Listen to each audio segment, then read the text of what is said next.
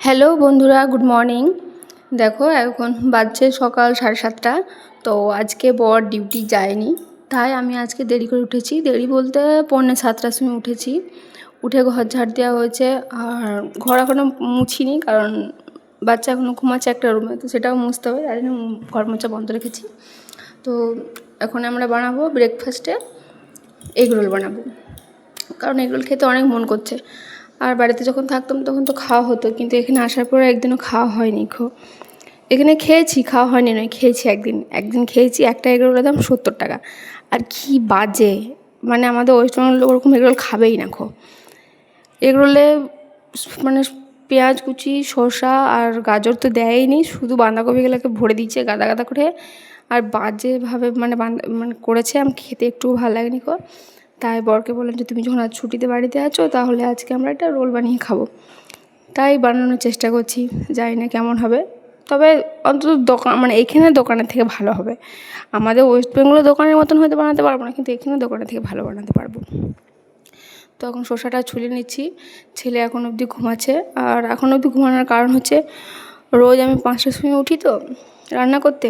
তো আজকে ও নিজে থেকেই 5টার সময় উঠে গেছে। উঠে পরে অনেক ডিস্টার্ব করছিলো আমাকে, আর আমারও ঘুমটা যেন ভেঙে গেছিলো।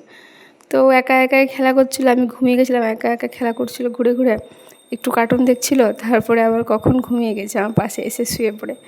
তারপরে আমি ভাবলাম না, উঠে যাই, 6:30 পেরিয়ে গেছে, কারণ জল ছাড়বে, খাওয়ার জলটা ধরতে হবে, কারণ খাবার জলটা ধরে নিতে হয়। বাকি জলের ব্যবস্থা আছে, চান করা, কাপড় কাচা, এইসব ব্যবস্থা আছে, কিন্তু খাবার জলটা ধরে নিতে হয় নিজেদেরকে। তো তো শসা পেঁয়াজ সব কুচানো হয়েছে। এটা ডিমটা ফাটিয়ে নেব, 2টা ডিমের রোল বানাবো, কারণ বর আমি দুজন খাবো তো। আর ছেলে তো খেতে পারে না, খাবে না এইসব, আর তাকে খেতে দিবও না। তো ঘুম থেকে উঠলে খাবার বানিয়ে খাওয়াবো।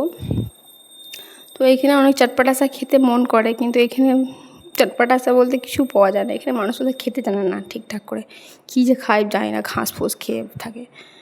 তো যাই হোক, আমি নিজে বানিয়ে আজ খাবো, দেখবো কেমন বানাতে পারি। বাড়ি থেকে কিছু মুড়ি নিয়ে এসেছিলাম, সেই মুড়ি এখন অবধি আছে, থাকার তো কথা নয়, কিন্তু আমি খুব মুড়িটা এখানে এসে কম খাচ্ছি। বাড়িতে তো রোজ সকালে মুড়ি খেতাম, এখানে একটু কম কম একটু একটু খেয়ে খেয়ে রাখি, যেহেতু বাচ্চাও একটু মুড়ি খেতে পছন্দ করে। তাই মুড়িটা রেখেছি, দেখি আর কদিন যাই। মুড়িগুলো হালকা স্যাঁতানো টাইপের হয়েছে। তো দেখো, এই তো ভাজা চলছে, তো খাবো। তো বন্ধুরা বলবে আমার এগরোল বানানো কেমন হচ্ছে। তো দেখো, এই তো সব কমপ্লিট হয়েছে বানানো, তো খাওয়া শুরু করবো। খাওয়ার জন্য খেয়ে নেবো। তো কেমন হয়েছে ভিডিওটা তোমরা কমেন্ট করে জানাবে আমাকে। আর বন্ধুরা, আমার আগে অনেক ভিডিও আছে, তোমরা দেখবে প্লিজ, আর একটু শেয়ার করবে, কমেন্ট করবে ভিডিওগুলো। তো বন্ধুরা, সবাই ভালো থাকবে তোমরা সবাই। আমি তোমাদেরকে বারবার করে বলছি, আমার অনেক আগে ভিডিও আছে, সবাই একটু দেখবে ভিডিওগুলো, আর লাইক কমেন্ট শেয়ার অবশ্যই করবে। দেখো বন্ধুরা, টাটা বাই, ভালো থাকবে সবাই।